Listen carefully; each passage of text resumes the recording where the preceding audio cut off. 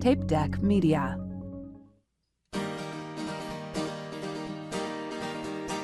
My friend Dan, he's got a podcast, cause all comics need a podcast, and nobody had a podcast called The Art of Bombing. So Dan went out and bought a tape deck. Who knows why he bought a tape deck? Podcasts don't get played on tape decks, but Dan is from the 80s. So hey there, all you funny jerks, come talk to Dan about your work. Tell him all about your worst times. It's The Art of Bombing.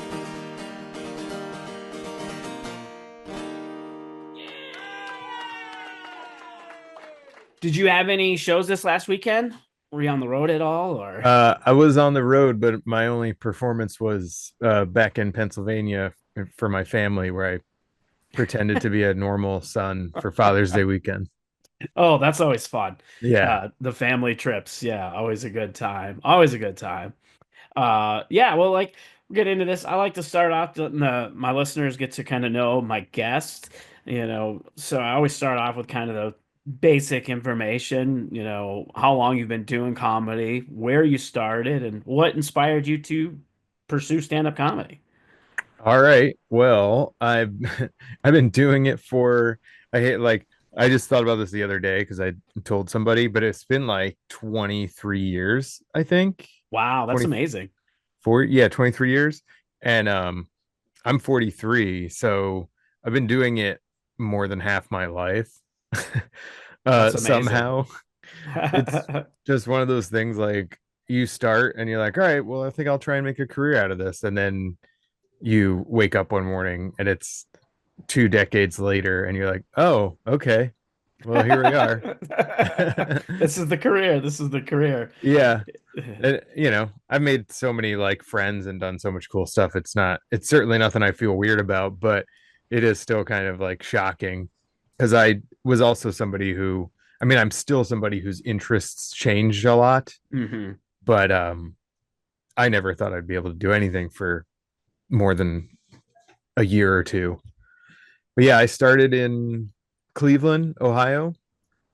And initially, like, my big trigger was Dave Attell's Insomniac, Mm-hmm. which I forget what year that was. But yeah, I saw that show on Comedy Central and I was like, oh, I feel like that was early 2000s, probably. Yeah. Maybe just right before that. Yeah. We're pretty close in age. You said you were 42 or 43. I'm 43, yeah. Yeah, I'm 47, so we're are gonna be 47, so we're right in that. Yeah. And I remember that. Right in the Insomniac sweet spot. Yep. But yeah, there was that. And then Opie and Anthony was big, and I was into that for the comics, in the beginning. But there was kind of like a new wave of stuff coming along that made the comedy world pretty appealing. Mm-hmm. And I just, I was actually active duty military at the time. I was in the Coast Guard, and I'd been stationed in Cleveland. Which, when you think about the Coast Guard, it seems like an odd place to be stationed. That's what everybody says, of course, which is normal. I have a joke about it, but not to be quoting myself, but I say I was protecting the maritime border between us and the terrorist nation of Canada. Because it is a maritime border. It's, it borders two countries. But yeah, I worked at the federal building. I had like an administrative job. Mm-hmm. And it was very boring, and I should not have chosen that job as, a rambunctious, like, late teens, early 20s guy. And I was so bored and depressed that I was like, if I don't do something to get this out of my system, like, I'm not gonna enjoy my life. And stand up was the thing I decided to go try. And I just, like, found an open mic, signed up, and it was at a bar called No Excuses. It was like in a strip mall, by the mall. Sounds like the perfect place to start comedy. Yeah, it was a total strip mall, sports bar, Midwest type place where they had a full size stage, like they could accommodate like bands and everything, and they had comedy nights on was like every other Thursday or something, which also during the summer coincided with when their softball team would come in after games. Oh Uh, man. yeah, I bet you that could go either way. Rowdy crowd if they it won and they're celebrating, or sad and depressed because they lost. it it only went one way, and that was they seemed to react. I don't think they were in it for the game. I think it was more of a drinking club that I mean, that checks was out with most right. of the Yeah, people I know who do right. Adult softball. softball, darts, bowling, what Yeah, have you. We know the real reason behind exactly. the game. Um, so yeah, I did that and just met a bunch of young comics. Then it was like, hey, try the Cleveland Improv. They have like an amateur night, and they would have auditions for the amateur night on Monday afternoons. So you had to get time off on a Monday and then go audition. And then if they picked you, you'd get to perform that month at their Monday amateur night. And this was at a time when like the Cleveland Improv was like hot. They had Hmm. when I first started, a comedy club had shows 7 days a week in Oh Cleveland, wow. Yeah, which is wow. like crazy. Hmm. That's like New I York mean, has that, even but now, like, yeah, even right. now, the idea of any comedy club having, outside of like New York, LA, having shows 7 days a week is crazy to think about. I mean, some Yeah. obviously do, but it's like, wow. Yeah. I mean, it didn't last long, but that was the norm for a while. Hmm. And I did that. I would like take leave on a Monday, take a day of leave so I could go audition. And then I got out and moved back to Pennsylvania for a while, just like saved up money, did comedy in Philly for a minute, and then back to Ohio, and I just like stayed there for the next like 10 years doing clubs and like road gigs because there's like it's a central kind of a central area, Hmm. doing all that stuff and going to I started going to college, and because that was the whole point of me joining the military was to Yeah. pay for college. Went to film school, just really put myself in a position where I was completely unemployable, um, with a film degree. And My skills are film and comedy. yeah, and I just kept doing comedy, and then it worked. I did like odd jobs in production. I did road gigs, and then decided finally once my schooling was over, I'm going to move to New York and pursue this comedy thing full time. And then I've been here for since like 2011, I think. Hmm. Um, That's right after I started. I started oh, late okay. 20. Started in September of 2010. Oh, nice. Yeah, yeah. So that's what was I mean, obviously you're going from Cleveland to New York, so there's a lot of, big differences just in the size of the two different cities and stuff. But as far as like comedy, what was something that was a real kind of like, I don't know, maybe it gave you a little shell shock, and the difference of coming from, the Midwest to going to New York for comedy. The biggest thing was how good everyone was, or I should say, how many good people there were. People that Hmm. were like, on my level running around to the same open mics as me. And I'm like, you would be better than anyone where I lived 6 months ago. Yeah. And you're like fighting it out here. And it makes you kind of like step up your game a little bit. And then you also see like, I got there and I had a bit of a voice for myself to find, this is what I like to joke about. This is how I write. This is what I do. And then you meet like five other people who sound kind of like you, and you're like, oh, You're well, like, I'm I'm yeah, not as original as I thought. yeah, yeah, all that stuff. And then it Yeah. just like kicks you into the next gear if if you want it, I guess. Um, and that was the big adjustment, I would say. And just in smaller markets, like you you do it for the sake of doing it, which is fun and that's great, and that's what I prefer. But then when you get to a place like New York, you're like, oh, a lot of these people are really serious. Like everything's on the line for them for this like weird show or this one open mic, and it's like, damn, Yeah, take higher it easy. stakes. Yeah, higher stakes, but that's why you come to a place like New York or LA to reap the rewards of those higher stakes, I guess. Yeah, yeah, that makes sense. Well, doing comedy for what, like you said, now about 23 years, you've definitely, I'm sure you've got lots of stories about bad shows or time when you bomb. So I'd love to hear one of the stories you have for that. Like obviously I knew what this podcast was, and I was like, okay, well, I guess I gotta go in the archives. And I've, of course, like this is a topic that comes up among comics often, and I just realized like after, and I do have a bombing story, so I'm not I'm not dodging this.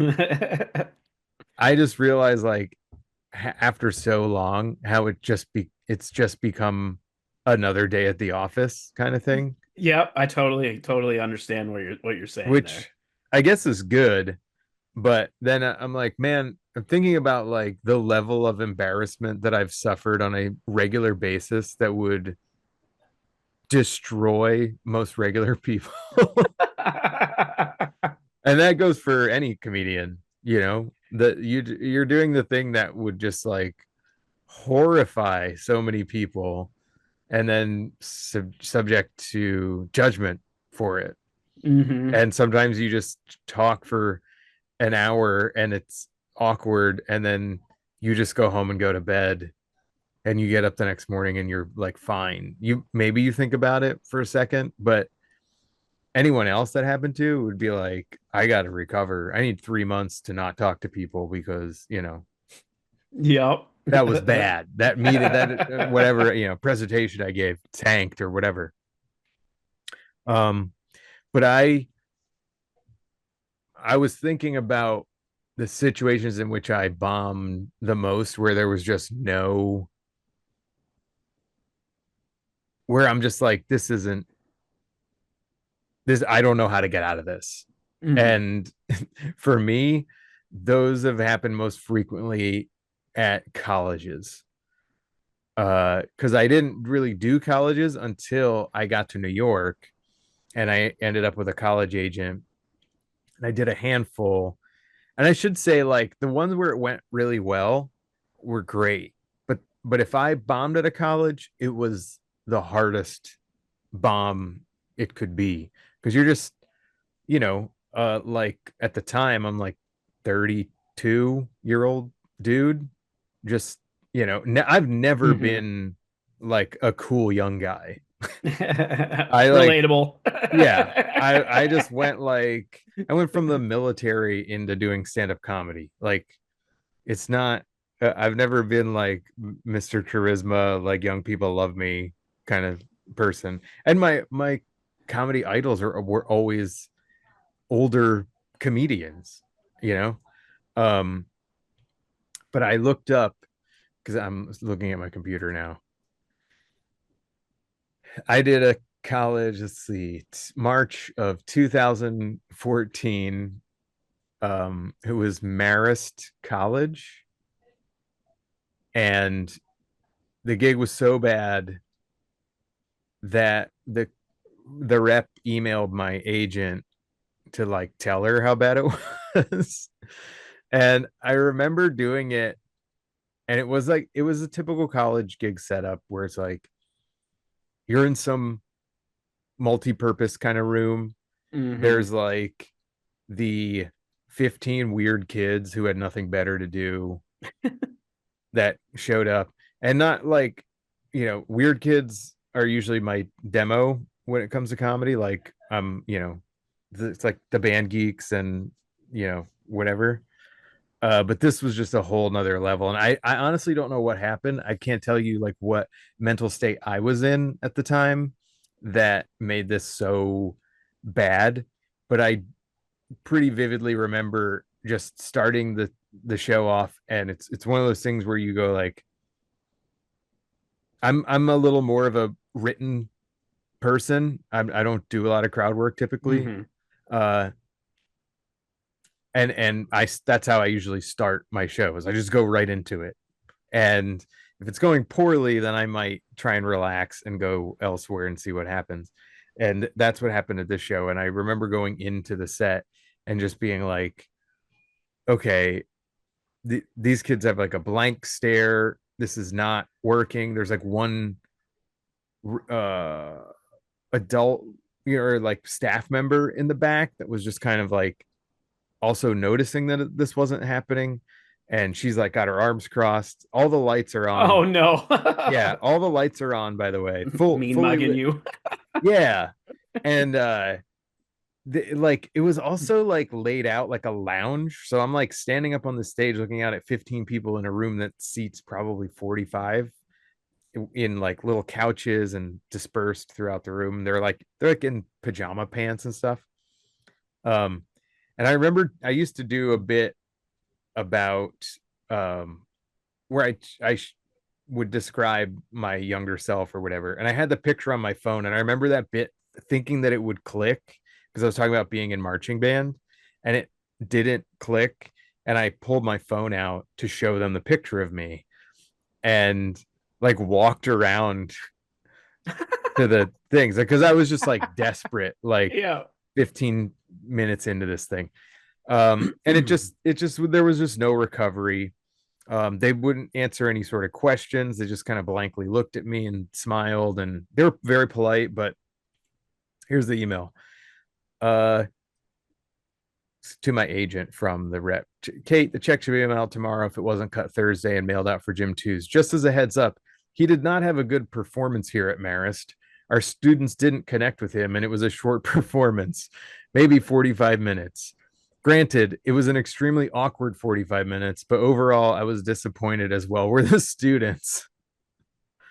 Oh man. So, and then of course, uh, my agent emails me and is like, "Do you really need to do 60 minutes?" And that's what the school contracted for. Also, you mentioned you thought the show went well, so not sure why your perception of this was off. And I'm like, Oh. well, I'm not gonna tell you I had a bad show. I'm just like, they didn't kill me, so Yeah. They didn't run me out of the school, so it must have been fine. yeah. I I like it's one of those things where you're just like, I don't know, man. I don't know who would have gone in there and like destroyed. Yeah, I feel Uh like because that's one thing what people always forget, especially with with colleges. A lot of times those shows are, they're like during the day and or can be any time. Sometimes they're in the evening, but most of the time they're during the day. And it's like you said, it's just people who had nothing better to do that'll go. But another thing that's forgotten about is a lot of times it's not like a regular show like you would see at a comedy club where you have a host, a feature, and a headliner. You're no, going this is up just cold, me. and you don't even have a host. Usually, it's just somebody from like student affairs that does an awkward introduction because Totally. they're not a Yep. host or MC. They're just like whatever. So you're already going in with all those things against you when you're performing at a college. Yep. Yep. Yeah, and I like that one definitely didn't have a host or any sort of opener situation. I did a college in the Bronx once where I was opening for a guy named Drew Thomas, and yeah, um, and they had kind of a host, but it was like a student faculty person, and they were like, "All right, everybody, thanks for coming to our comedy show. Drew's gonna be up, but we have like an opening act for you." Also, she's like, also there's pizza in the back, everybody. Please, please welcome to the stage, Jim Tews. So she announces the pizza and then calls me up. So as I'm walking to the stage, all these kids are getting up to get pizza, and then I have to start, and I just tanked for 15 minutes, uh, and then what was the I don't know. other? Is there anything worse than trying to do comedy during essentially a buffet? People are I getting up for food. I'll tell you what, man. I've done it at least 3 or 4 times in my life, and Oh, I every time I've been like, "What are we doing here?" No, yep. it's not. We're not going to do it. Like, if I have any say over it at this point in my career, if the paycheck's like, unless the paycheck's like phenomenal, then I'll shut my mouth and be like, "Yeah, however you want me to do it, Yep. Yep. I'll do it."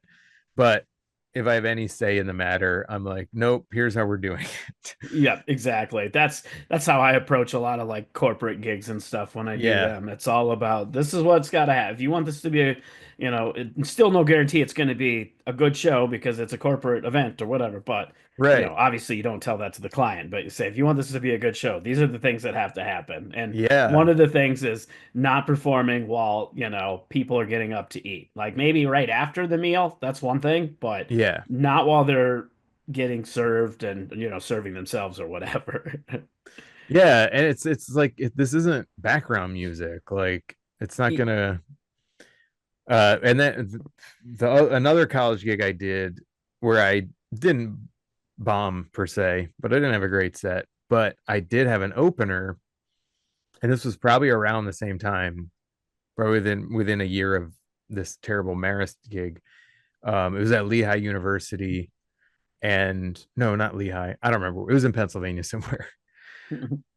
Josh Johnson was my opener, Oh wow. and I didn't know him. I think he had been living in Chicago at the time and was like thinking about moving to New York. He was super young, and we were talking in the green room, and he's like, I don't want to bug you, but I'm just curious, like, do you have any advice? I've been thinking about moving to New York. And then like I was like, I'll give you the rundown. Like after the show, we'll talk for a little bit. So he goes up in front of me for like 15 minutes, and I watched his set, and he kills. He's super likable, and he was like out of the gate, he sounded like Josh Johnson that Hmm. you've seen in videos today. And then I go up there and just kind of like survive for 45 minutes. And then afterwards in the green room, I'm like, hey man, there's nothing I can tell you that's going to help. Just You're I, doing just fine. yeah, I'm like, just remember me, and you're golden, man. Just keep being nice and funny, and you're gonna be great. Um, Yeah, and I will say I can confirm that he is still nice, and obviously he's still funny. I yeah. actually opened for him in Lincoln, Nebraska years ago, and I'd never heard of him, didn't know who he was or whatever. But I mean, and again, we live in an age where there's so many people doing comedy. That's an easy thing to, just because you don't know somebody, and this is for people listening, just because you don't know a comic doesn't mean they don't deserve where they're at. That's something to keep in mind.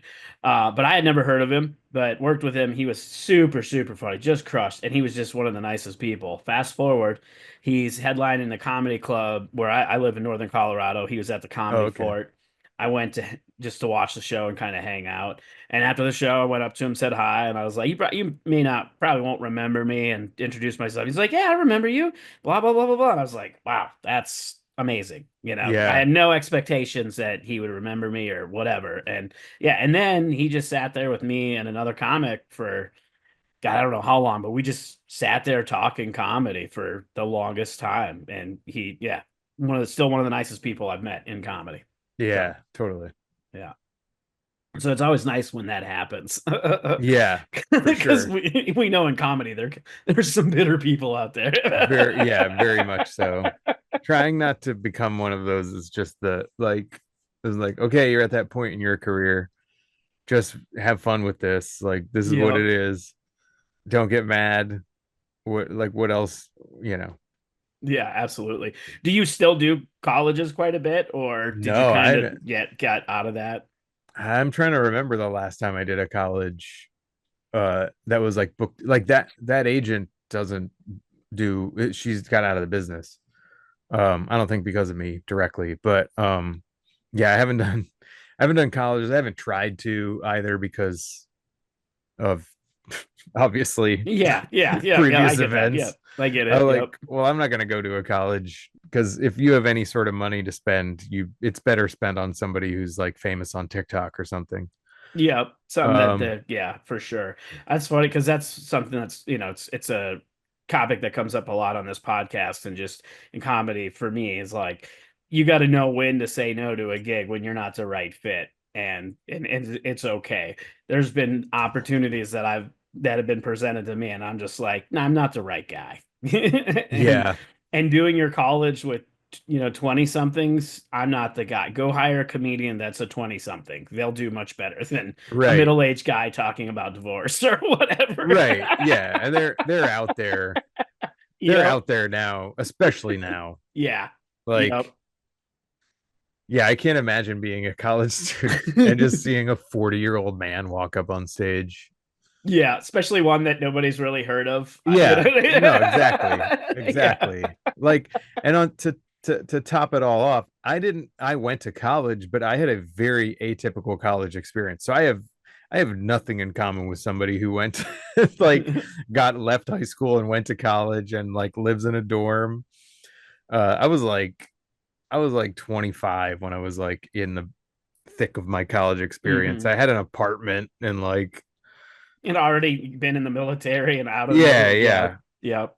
I didn't like even college was hard because when somebody would be like, this is late or whatever, I'm like, okay, is anyone gonna die? Like, what are you gonna yell at me? You think I've never been yelled at before? Yeah, none of this matters. That's a good approach for sure. A good outlook. Unless Is you're anybody worried gonna about die? unless you're worried about your GPA, I guess. But also Yeah. that's never come up. Even in my search for regular jobs.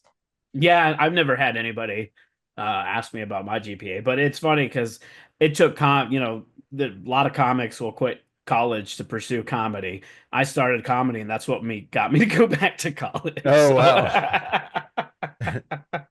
I was like, well, this isn't sustainable, so we better have a backup plan. Need to have that contingency plan.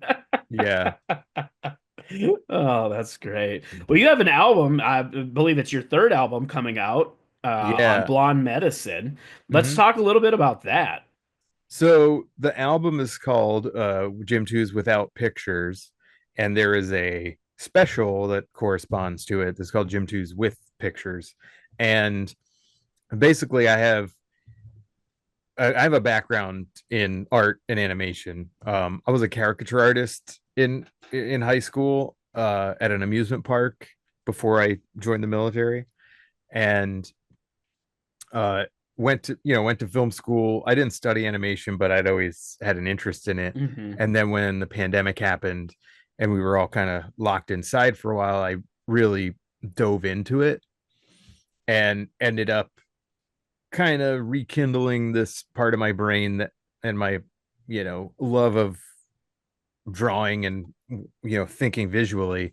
So I was like, when I started getting back out and doing stand up again, I want to add visuals. I'm gonna do something with slides and drawings and really like give it an extra element. So that's what I did with the special, which is called With Pictures, obviously. And hmm it's got like half of the bits are visually supplemented, but everything that doesn't require that is on the album. So it's a So you're it's getting two two for different, one. completely, or two different experiences. Obviously, there's some Yeah, overlap with the material, but for the most part, it's a different experience with you listen to the album versus watch the special. Because yep, it sounds like you're getting more in the special because there's that visual component. yeah, yeah. And there's a few bits on the album version that didn't make the cut of the special. So it's like, if you're really that into it, listen to both.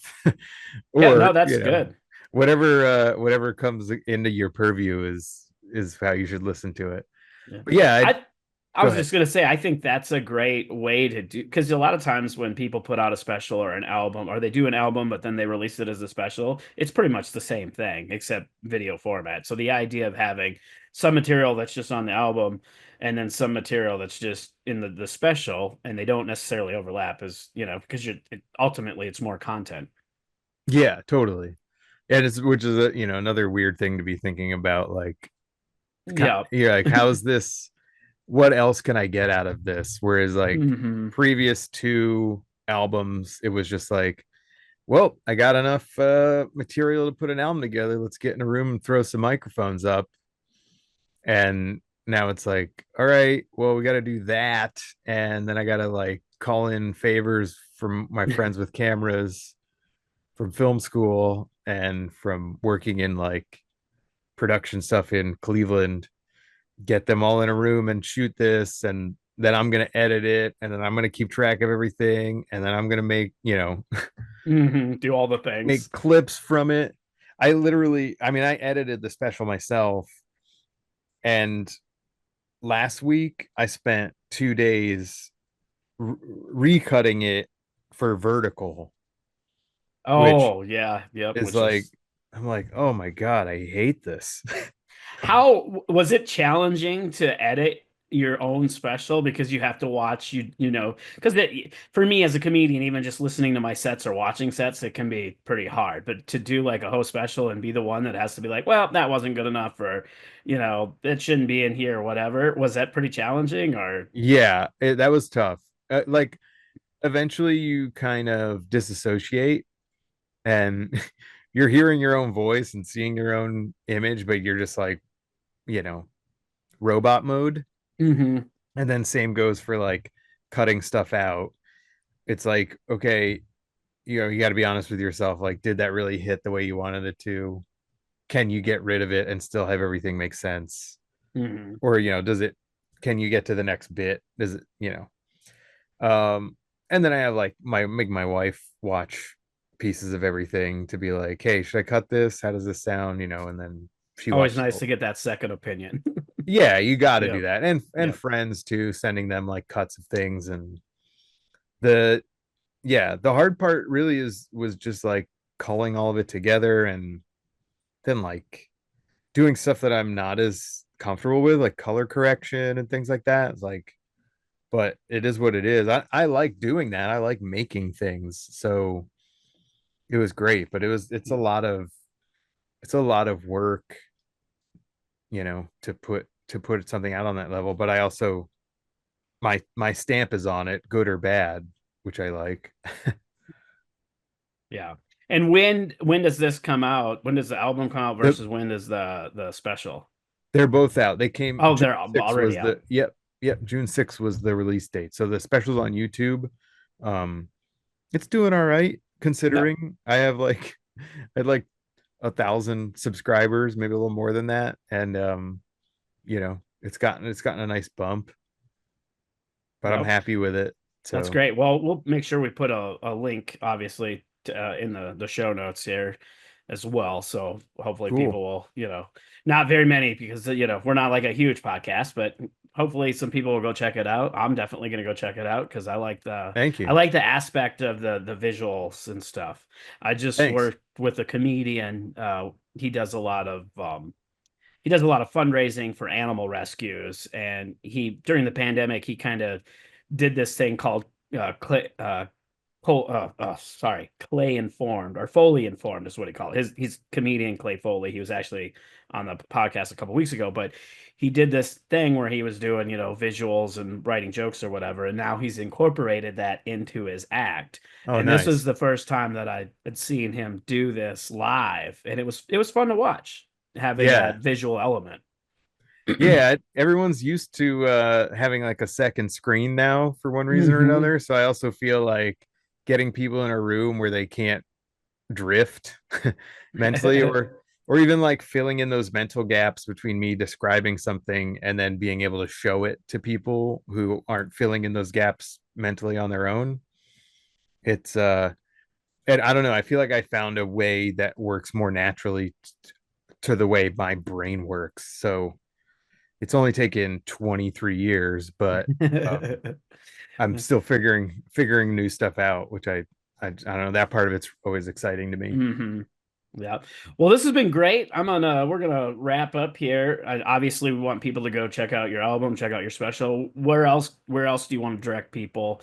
How can they find you online, keep up with you and your comedy?